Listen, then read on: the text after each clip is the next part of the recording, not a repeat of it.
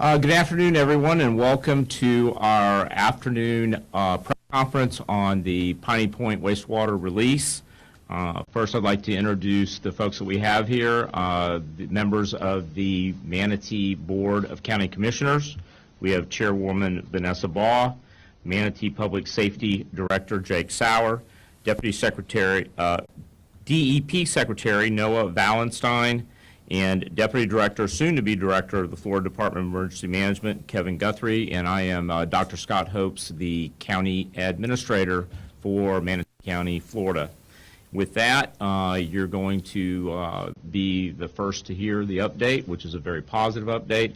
I'll allow Chair Baugh to open the press conference with her comments. Thank you, Dr. Hopes. Nice to see you all here again, and we've got great news today. As was said, my name is Vanessa Baugh, Chairman of the Manatee County Commission. On behalf of our board, I want to once again thank each and every person involved in the unprecedented response that we've received with this endeavor. We're now ending our 5th day since learning of a breach at the site, and I'm in awe over the state, federal, and local cooperation to ensure the safety for our residents. I am so pleased that the interruption of life, or to life as usual in North Manatee, is minimal, and that our residents and business owners can return home safely tonight. Earlier today, the board unanimously authorized the use of a deep injection well on county-owned property directly south of the Piney Point site across on Buckeye Road. That action will give this and future county commissioners total control over the well within the guidelines of the EPA and DEP. It also allows us to dictate the quality of the water before it goes into the well. In other words, the residents and business owners of North Manatee can rest assured that the water atop those stacks will be treated before it goes into the well, and then capped to ensure no other water enters that well. As far as the legislature goes, anyone who has followed the Piney Point saga over the last 20 years will know that local government did not create this situation. But I am so proud to see our local government working in tandem with other local, state, and federal agencies on the forefront of the solution. As most of you have heard, we did receive word yesterday from our Senate President and our Senator from the area, Jim Boyd, regarding funding that will be coming to help in this endeavor. I also yesterday spoke with Senator Rubio and Senator Scott, and so many people, and as you know, Vern Buchanan was here yesterday. So we have so much help to help us take care and get rid of this terrible situation once and for all. Thank you very much.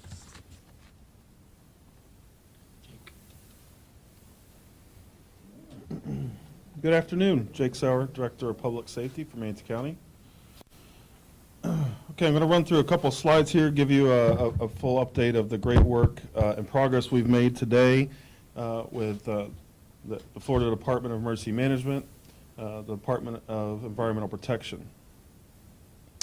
So all evacuation orders effective immediately will be lifted, and road closures are limited to areas along Buckeye Road from to O'Neill. We decided to keep the Buckeye Road closure for the near future due to concerns. We also have a drone team out there that is working and is safer for the residents and those that travel through Buckeye Road for the near future. Today, the Army Corps of Engineers produced a new inundation map that included more in-depth data to create a more accurate map for us to use and base our decisions off of. The new map showed much lower flow, both in terms of volume and velocity, and across the entirety of the affected area should a breach occur. As of the last report, approximately 137 people and 36 pets were placed into non-congregate sheltering at local hotels. However, they will be allowed to return to their homes today. We do have 100,000 bottles of water that were delivered to the Braden Area Convention Center through the help of the Florida Department of Emergency Management should the breach occur. We're saving that water for that if we need it in the near future. The leak in the containment wall continues at the Piney Point facility, but seepage rates have decreased. A technical working group, including engineers, subject matter experts from the Florida Department of Environmental Protection, Florida Department of Emergency Management, and the Southwest Florida Water Management District, along with the Army Corps of Engineers and additional third-party engineers, are on site today, and they have been, and they'll continue to be on site for the foreseeable future. Members of this work group have stationed pumps and pipes to increase output from the reservoir. And as of the latest report, the levels in the lake decreased to 59.2 feet, which is down significantly from the onset of the incident. This will give you a map here, and I will provide this to you after the press briefing of the points of the road closure. So you can see 31st Street there, next, just east of the FedEx facility, Bud Roden Road, and O'Neill Road on Buckeye. This is one of the new maps produced by the Army Corps of Engineers that we worked on with them and our partners behind us today, showing in a new inundation map should a breach occur on the east wall. Can you go back one slide? So you can see here real quickly, and I can speak to you after the press conference if you have future questions on this, but most of the inundation, all of the inundation, less than a foot in those areas, and most of that is farmland, lakes, and low-lying areas that are able to take that water. Okay, so our actions to date: local state of emergency was approved by the Board of County Commissioners on April 1st, and the Governor DeSantis declared a state of emergency for Manatee County on April 3rd. Department of Environmental Protection and the Florida Department of Emergency Management have teams co-located here in the Manatee County Emergency Operations Center, and they will help to lead the response to the incident. The Manatee County Emergency Operations Center remains at a level 1 full activation with all emergency support functions reporting to the Emergency Operations Center. However, as we get into more of Florida Department of Emergency Management and DEP response, that level will probably drop down to a level 2. Florida Department of Emergency Management coordinated the deployment of approximately 26 pumps to help release water from the reservoir, and 2 drone teams are currently operating, flying constantly to give us real-time updates on the site as the engineers are there working. So goals moving forward: ensure safety of the public and the staff working to mediate the situation. Property conservation: finish deploying pumps and other mitigation efforts to remove as much water from the reservoir as possible to avoid structural collapse. And get economic drivers back online. Earlier today, we opened US 41 thoroughfare and businesses impacted by the evacuation order. Remediate any negative environmental impacts due to the release of the water. Continue to assess, berm, and maintain situational awareness on the breach site, and determine and address any unmet needs or equipment that might need to go to the site itself. With that, I will turn it over to Director of Environmental Protection, Mr. Valenstein. Secretary Valenstein. I'll take director, that's all right. Again, my name's Noah Valenstein. I have the privilege of serving at the Department of Environmental Protection. We appreciate the strong cooperation of the county and the other agencies here, including the Department of Division of Emergency Management. Our focus continues to be assisting on preventing an uncontrolled release of water. Again, our science team has worked nonstop around the clock along with our engineers to ensure that the directed release is going to the area with the least possibility for environmental impact, and that continues to be the case. I also urge you, we have begun putting up water quality information along with our public information on the Piney Point incident. Visit protectingfloridatogether.gov to get information on water quality sampling. Some of those samples will be instantaneous from the field, others will take time to be processed in the lab, but the sampling points will actually have a map so you can see where they're coming from, including straight from the outflow ditch, so that you'll actually see areas where will have high nutrients and see that dissipate as it's going towards the port, and then you'll be able to see it out into the bay. So one would expect seeing a higher amount, and then as it hits the port again, the idea of having that controlled release is so that it gets out into the deeper water, and by the time it gets into the bay, we have set ourselves up for the best chance to have the least environmental impacts. Again, our point is to make sure we're monitoring all impacts to hold HRK fully accountable for this incident, and we will remain mobilized for as long as that is necessary. Thank you.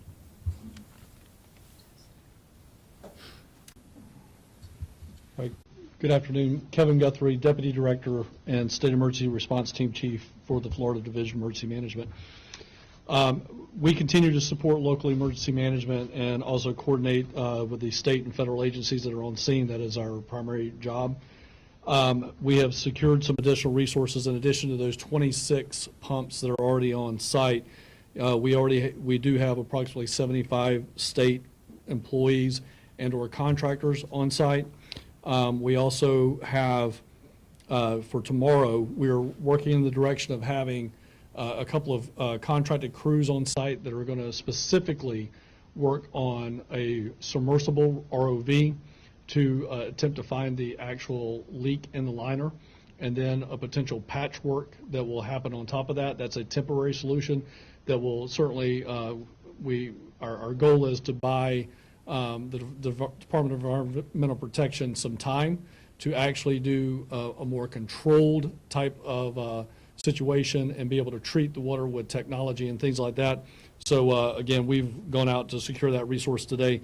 The last resource that we've gone out to secure today, and again, hope to have in place by tomorrow morning, is a bathymetric study. So again, if you may be familiar with LIDAR and the way that topographical type things are done on land, this is similar, so that we can actually look at the bottom of the retention pond and see if if there's any anomalies or anything down there that we should be concerned about. So those are the big updates from us. I do want to thank the Florida Division of Emergency Management and more so the State Emergency Response Team that I represent.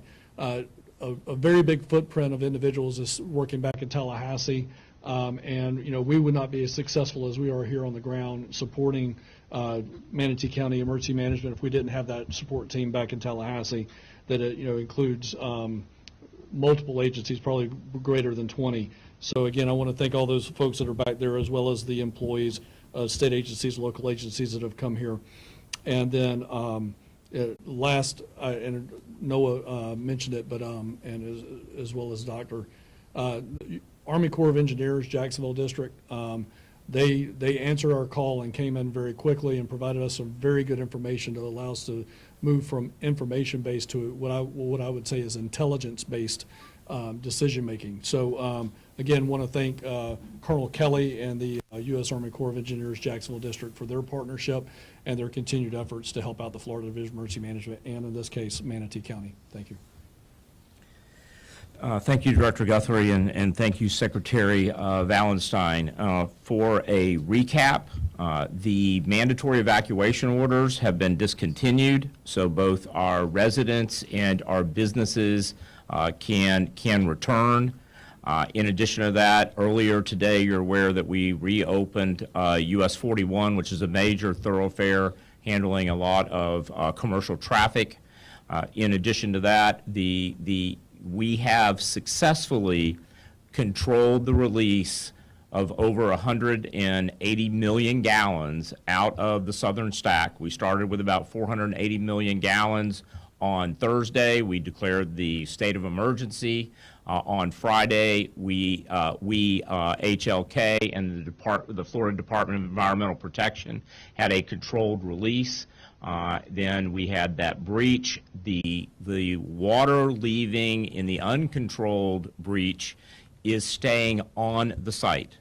They have successfully routed it, and with all the pumps that came in from the governor's orders, that water is going into, I believe, an unused retention pond that has a liner in it. In addition to that, there are additional resources that continue to be deployed. But the good news is that we believe that risk has been successfly mitigated and lessened so that we could cancel that evacuation order.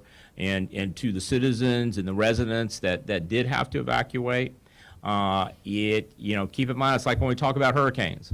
Just because we did not have that major breach, it was necessary to ensure that we ensured the safety of our residents. With that, before we close, we'll take a few questions. Is the water still going into the Bay at this point, or is it just, as you said, staying all right there? The controlled release, they are releasing, I believe, around 33 to 34,000 gallons a day. If they, with successfully stopping the uncontrolled leak or breach, that gives DEP more time. As the Secretary mentioned, they have brought in a multitude of contractors to do everything from reverse osmosis. I was just going to mention, and I'll let you No, finish. no, come on. On, if you visit, We're in this again, together. protectingfloridatogether.gov, you can actually see the mapped out of our monitoring, and so that'll give you an idea of where water is flowing. As you just mentioned, we're still at about 33 million gallons a day going through the charge through the port. Regular updates will also be given in narrative form on that website to make sure you can understand what's happening on the ground, but then also look at the data. That you've averted a short-term crisis right down here. Yes. But what about the long-term impact on potentially the aquifers, potentially marine life? I mean, what sort of assurances can you give locals who have been screaming about this issue for since 2 decades? Well, I think what's important about the question was, what about the long-term effects? What about the aquifer? What about the environment? Successfully brought together not only an interdepartmental collaborative team, but this has been a national, state, and local response, including the myriad of agencies that we talked about. And so the expertise and the manpower and the intellectual capital that has been deployed to Manatee County to address this has really been unprecedented, and the results are showing. The Department of Environmental Protection, under the Secretary's leadership, is very concerned about ensuring that we minimize the amount of water that's flowing into the bay so that the environment can handle it.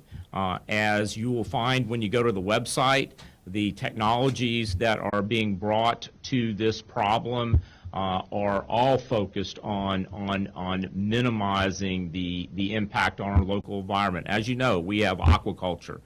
We have a very robust fishing industry, and we're very focused on that. And right now, the flow appears to be at a rate that it can be diluted and handled in the environment, and we are very, very optimistic that we have been able to successfully minimize the impact.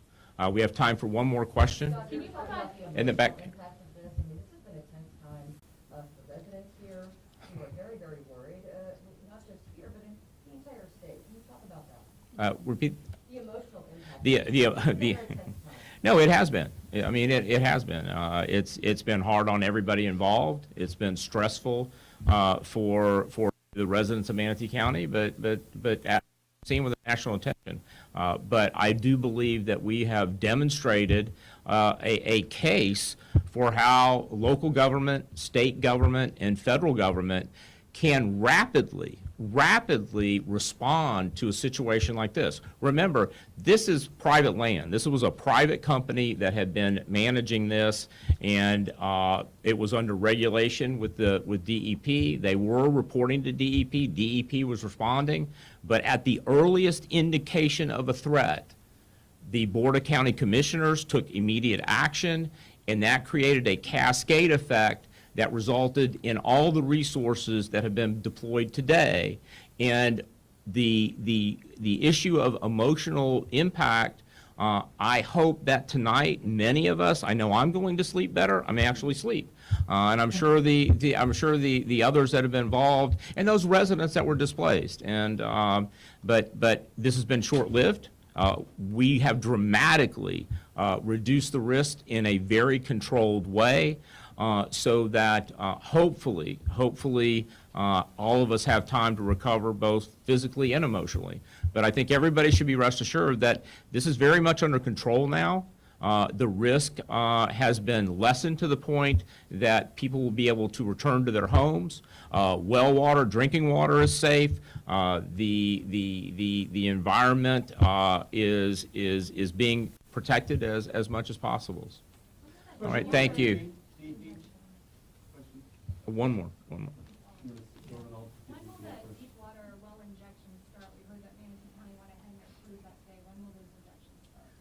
So sure, I'll just say I'm glad to hear that the county's looking at that and approved that solution today.